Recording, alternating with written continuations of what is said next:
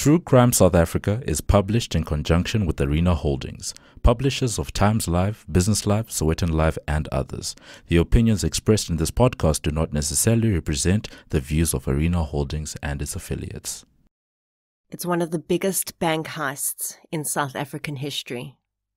The police are sure a gang of professionals is at work, and they brace themselves for more robberies. They scour their underground informants for information on this new organized crime gang, but no one seems to know anything about these genius bank robbers. And that's because, well, the truth is very different. This is True Crime South Africa. I'm Nicole Engelbrecht, and this is episode 77, The Great Trust Bank Robbery.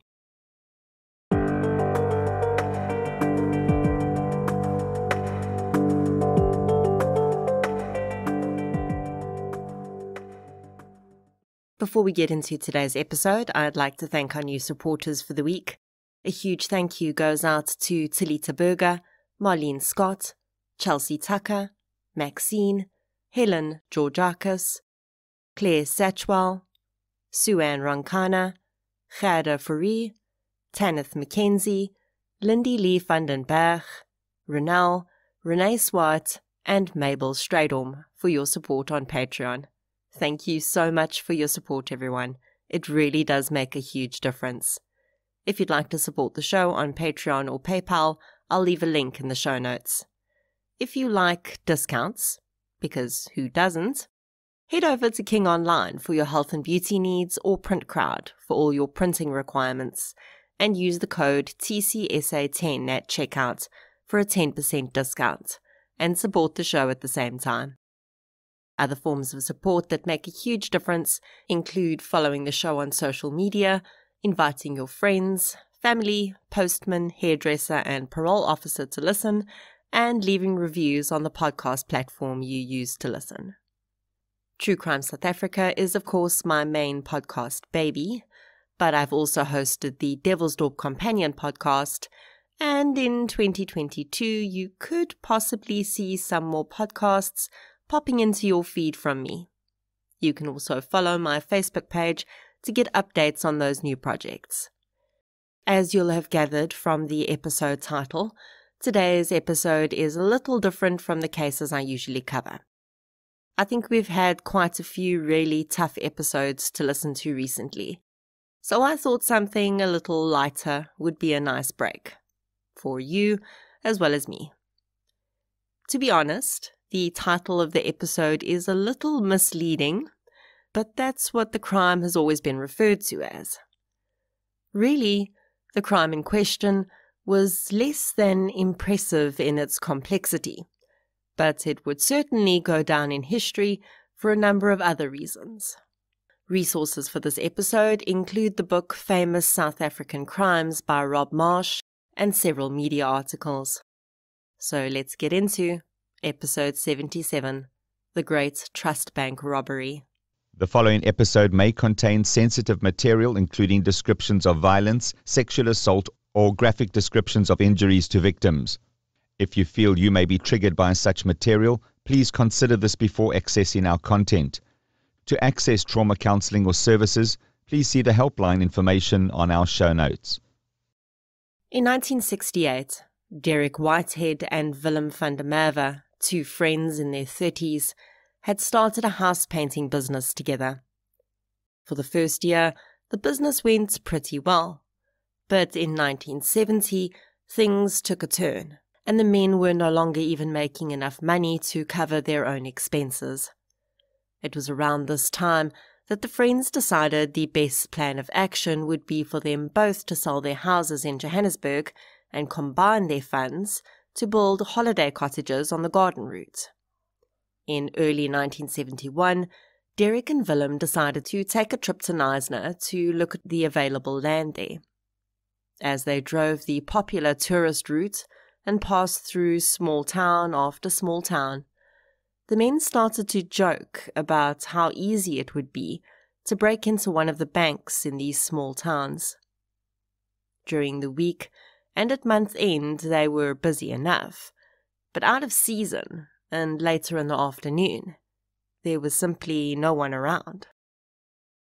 Add to that the fact that most of these small towns didn't have their own police stations, and it's sort of made for the perfect crime, the men joked. Well, at least in the first town it was a joke.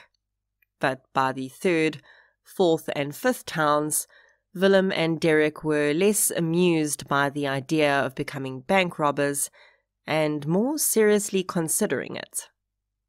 After all, they thought, the money was insured. It wasn't like they would be stealing from actual people. Of course, the idea that bank robbery is a victimless crime is not correct. If the bank is robbed while it's open and people are in the bank, the victims are clear. The employees and customers are terrorized, sometimes assaulted. But even if a bank is broken into after hours and the money is stolen when no one is there are still eventual victims. When a bank has money stolen from them, even though their insurance will likely cover the lost cash, the bank's risk profile increases and their insurance premiums increase. As a result, their expenses go up and they have to make that money up somewhere, so they increase fees to their customers. If the loss is significant enough, the branch may even close or have to let staff go. So no, bank robbery is not a victimless crime, even if there's no violence involved. But as Willem and Derek drove and considered the possibility of solving all their financial woes in one fell swoop, they weren't thinking about that. By the time the friends had made it to Knysna, checked out the land they wanted to buy, and driven back to Johannesburg, their plans were firmly cemented in their minds. In March 1971, they began to buy cutting tools they intended to use to break through safes and bars they might find in the bank. They also brought a third man into their newly formed gang, Gilbert Mthembu. Their first target was the Volkskas Bank in Uniondale in the Western Cape. Now, if you were not yet born in or have no memories of the 70s, and you're wondering about the weird bank names I'm mentioning, many of these banks changed names or merged together and became the banks we know today. Some of them ceased to exist entirely, but that would certainly have nothing to do with the trio's initial attempt at bank robbery. On their arrival at the Volkskas Bank in Uniondale around dawn, the three smashed a window at the back of the bank and made their way inside the building. As the three men stood, closer to robbing a bank than they'd ever been, one of them suggested that maybe they hadn't picked the best time of day. The locals would be up and about relatively soon, and they became concerned they'd get caught. This possibility was enough to spook all three, and they fled the building. The men hid out in Knysna for a few days. They wanted to make another attempt, but weren't able to pluck up the courage. So instead, they decided to return to Johannesburg. Along the way, though, their bravery levels suddenly surged, and they stopped in Aberdeen in the Eastern Cape. Scoping out a Volkskas branch there, the trio decided to give it a try. Derek stood watch out front, while Willem and Gilbert went round back to attempt to gain access. Again, the men smashed a window to enter, and this time they made it all the way to the safe. But they were back at the car with Derek within 15 minutes and empty-handed. The safe, it turned out, was made of carbon steel, and they'd made no headway in getting into it with their cutting torches. The three returned to Johannesburg without the loot they'd come for, and upon their return, their financial struggles only worsened. Both Willem and Derek's vehicles were repossessed by the bank, and they decided to permanently close their business as they had suppliers banging on the door for payment. Ironically, when Willem van der Merwe was seated in a trust bank in Johannesburg CBD Attempting to stall the repossession of his car, a new idea dawned on him. As he spoke to the bank manager through the large plate glass windows, he saw a security van pull up to make a cash delivery to the bank. As the bank manager droned on and on about how he had no choice but to take back Willem's vehicle, the man watched as the security van personnel left their vehicle unattended outside the bank for a full 15 minutes. For a few days after that, Willem followed the security van to get an idea of its usual route and schedule. He noticed that the van would first stop at the Reserve Bank to load up with cash, and then head straight to the Johannesburg CBD Trust Bank he'd seen it at, before continuing on deliveries to other banks. After informing his partners in hopeful crime of his new plan, the men realized that the only thing standing in their way was access to the keys for the vehicle. The driver of the van, despite leaving his very valuable cargo abandoned for 15 minutes at a time, did do his due diligence of locking the vehicle each time he left it. The men did not want to have to tangle with the security guard to get his keys. The ideal situation, they decided, would be if they could somehow find a duplicate key and just get in and drive away while the guards were inside the bank. The men thought that if they could make the van break down and then follow it when it was taken to a garage to be repaired, they could find an opportunity to take the van's keys and make copies. On the 25th of April 1971, the men located where the van was parked at night and poured 2 pints of oil into the petrol tank. The next day they followed the van, waiting for it to break down, but the oil didn't seem to have any impact. That night, they added some water to the petrol tank instead. This did the trick, and when the van broke down and was towed to the closest garage, the trio followed it. At first, they attempted to use putty to make impressions of the keys, while one of the men posed as a client and distracted the staff. When this didn't work, they decided to steal the keys while the mechanics worked on the vehicle and make copies. Of course, this is way before car keys had chips and all sorts of electronics in them, and you had to remortgage your house to afford a new key if you lost yours and didn't have a spare.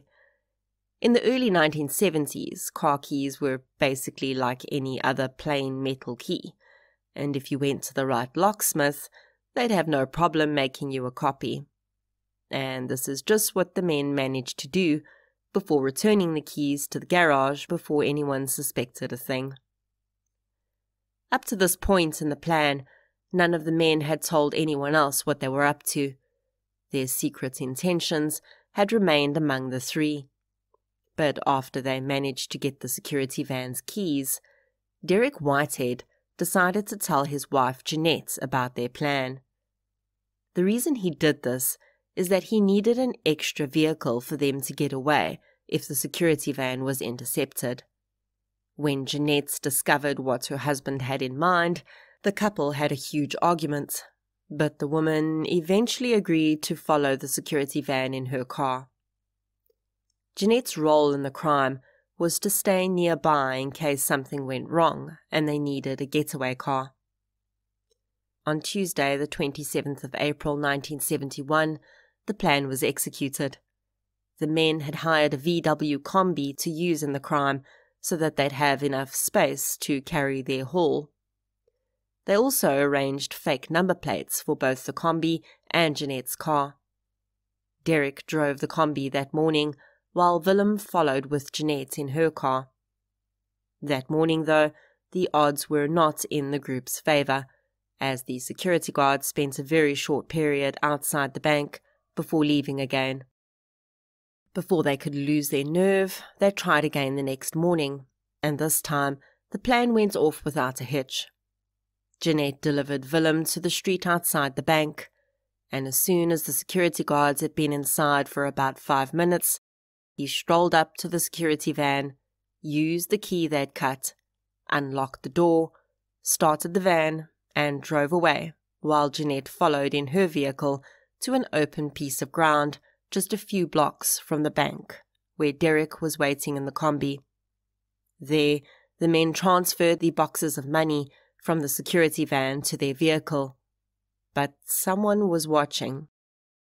An employee at a nearby warehouse was standing outside his workplace when he saw the exchange taking place.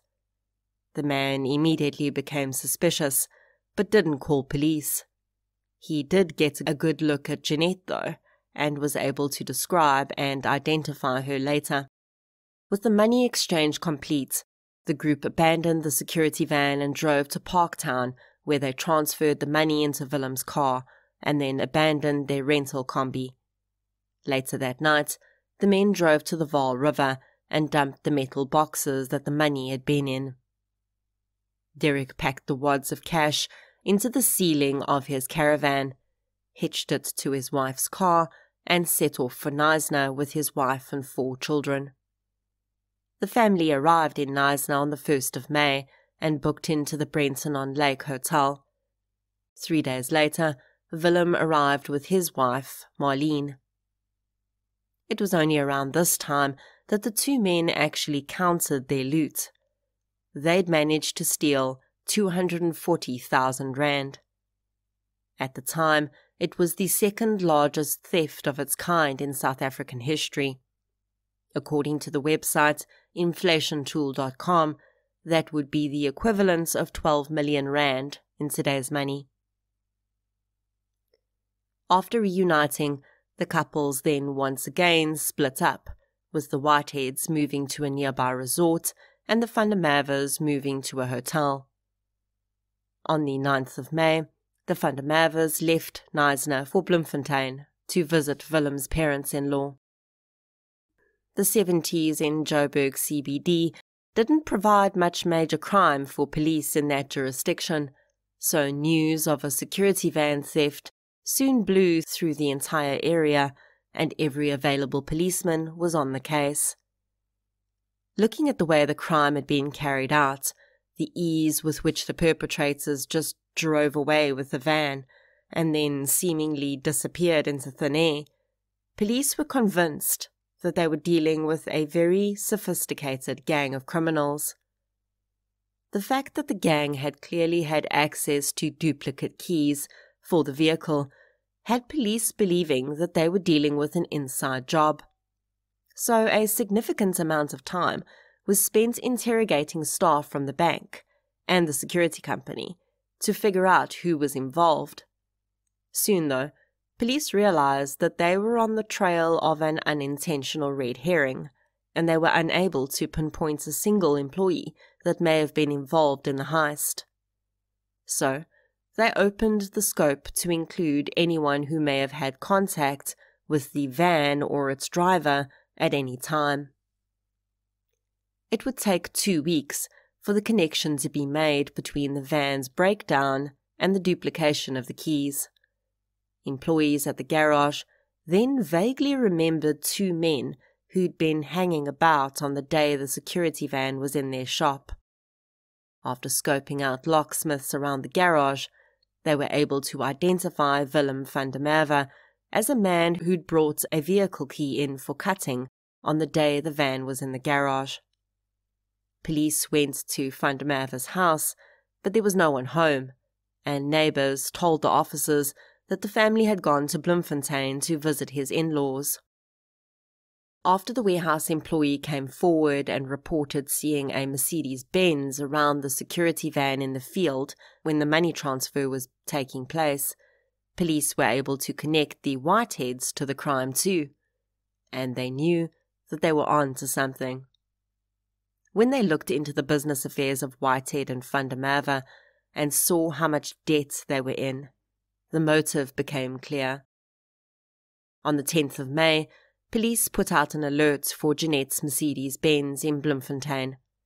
Police had assumed the men may have stayed together, and perhaps the Whiteheads would also be in Bloemfontein. Included in the alert were photographs of Willem, Derek, and Jeanette. 3 days later, Willem van der Merwe was spotted driving through a roadblock in Bloemfontein. Police tailed the man to a house he was staying at and arrested him. It didn't take long for him to provide a full confession and tell police where the Whiteheads were hiding. Police alerted their colleagues in Knysna, and that evening a van pulled up next to the Whiteheads' campsite. The caravan was there, but the family was not. It wouldn't take long for police to track them down, though, while Knysna police continued to guard the caravan, which, according to van der Merwe, held at least part of the loot.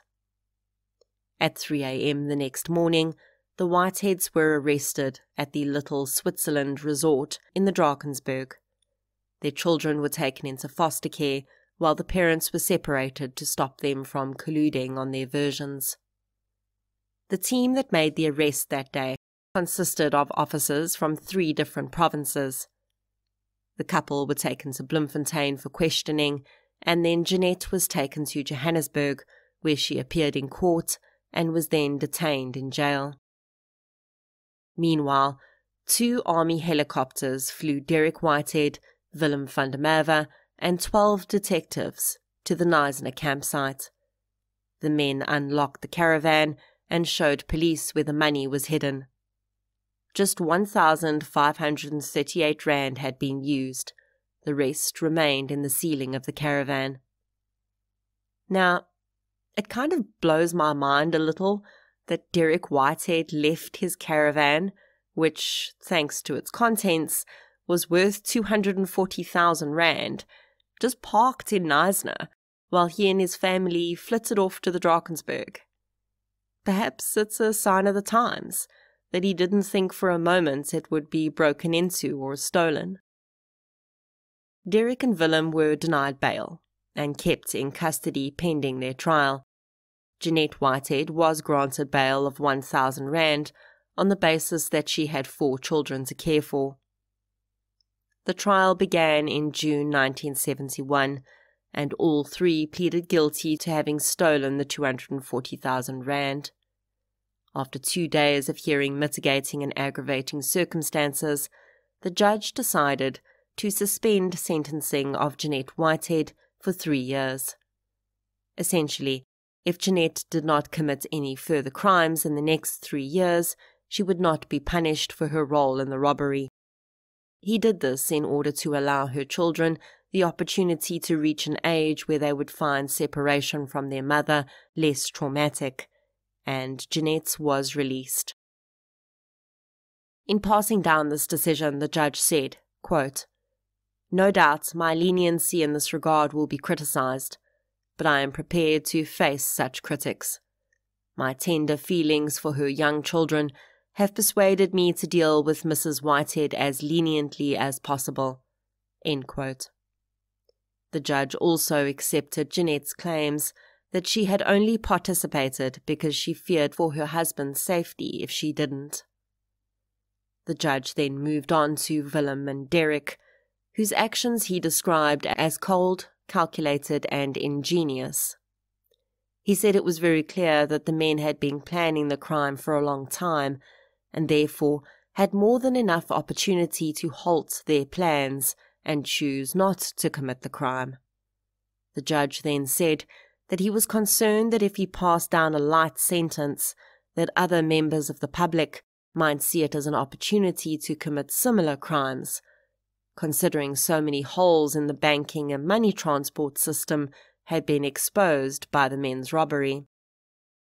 Those attending the sentencing gasped as the judge handed down 14 years' imprisonment to each man.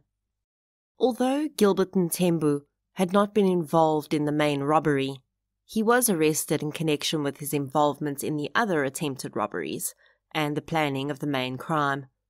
The attempted robberies were to be dealt with as a separate trial from the main crime.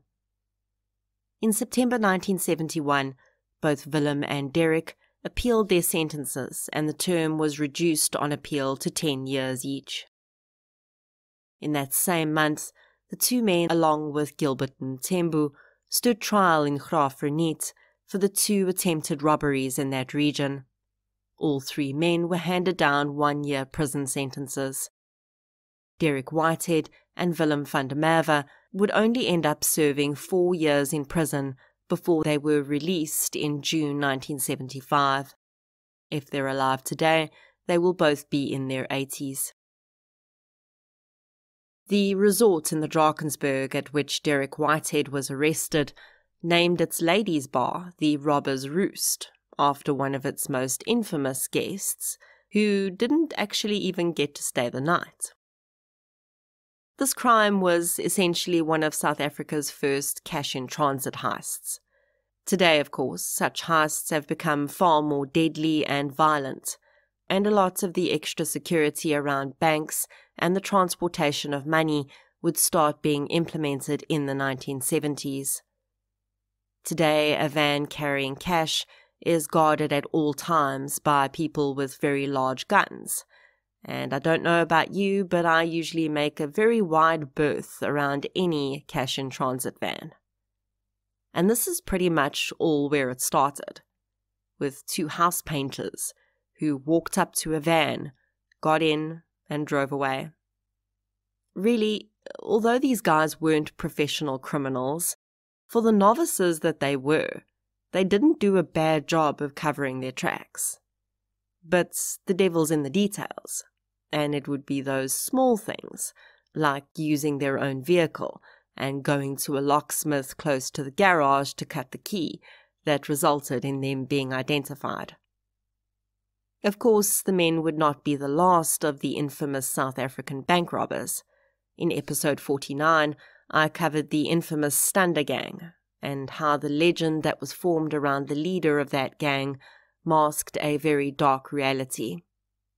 The Stander Gang hit South Africa 5 years after the Great Trust Bank robbery. In 1977, a robbery in Krugersdorp made the headlines when a gang of thieves tunneled into the Standard Bank there over Easter weekend and got away with 400,000 rand. That case remains unsolved to this day. And then in the 1980s, another bank robber would become the reason why motorbike helmets were banned from banks. Dave Viljoen would eventually be sentenced to 128 years in prison for robbing several branches of the United Building Society. His trademark disguise was the motorbike helmet he wore into banks, which masked his face and prevented him from being identified for quite some time. The man's love of gold jewelry and teeth cappings, though, would eventually give him away when he insisted on pairing his helmet with multiple gold bracelets, rings, and necklaces, which tipped off someone who knew him. Although the occasional bank robbery still happens today, as security has improved and more people are banking digitally, cash-in-transit heists have definitely become more prevalent than bank robberies.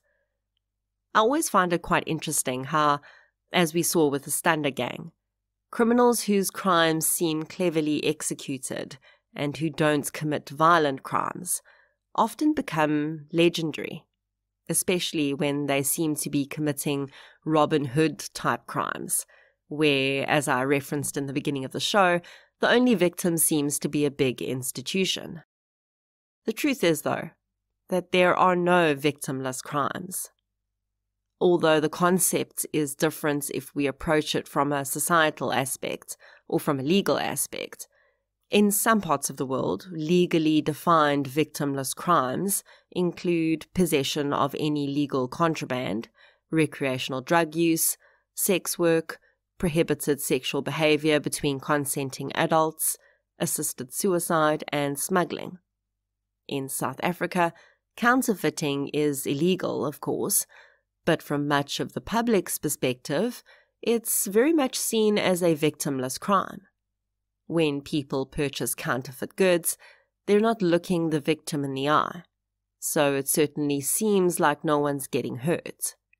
They're paying for something, and that's the end of it. But the economic ramifications for the brand that's being counterfeited, as well as the employees of the brand, are significant. Pirating of ebooks is another thing that South Africans seem to think is a victimless crime. People so often share PDF copies of ebooks, with their reasoning being, well, I paid for it, so why can't I share it? Well, that's because every time you share that book with someone, you're literally stealing money out of the author's pocket. Writers sometimes spend years writing their book, and the only reward they get is a royalty off a book sale. And in case you're thinking, well, it's the same as passing around a paperback copy. No, it's really not. A paperback copy might see 10 or 15 pairs of eyes in its lifetime, if it gets passed around. A digital copy can be distributed to thousands of people in one email. Do you know how much money that author is losing through that? Victimless crimes may, in some ways, be a matter of perspective, of course. But just like Willem and Derek, if something seems too much of an easy way to make money or get what you want, maybe it's time to ask who's actually losing out here. Because there's almost always someone, even if that victim doesn't have a face that you can look at or a name that you can say. Your heart says it's too cold to read, face expressions that mean nothing. Thank you for listening to episode 77, The Great, or Not So Great, Trust Bank Robbery. If you enjoyed this episode, please be sure to subscribe to the show on the platform you're using to listen right now. You can also follow us on social media. We're on Facebook, Twitter, and Instagram. I'll be back next week with another episode.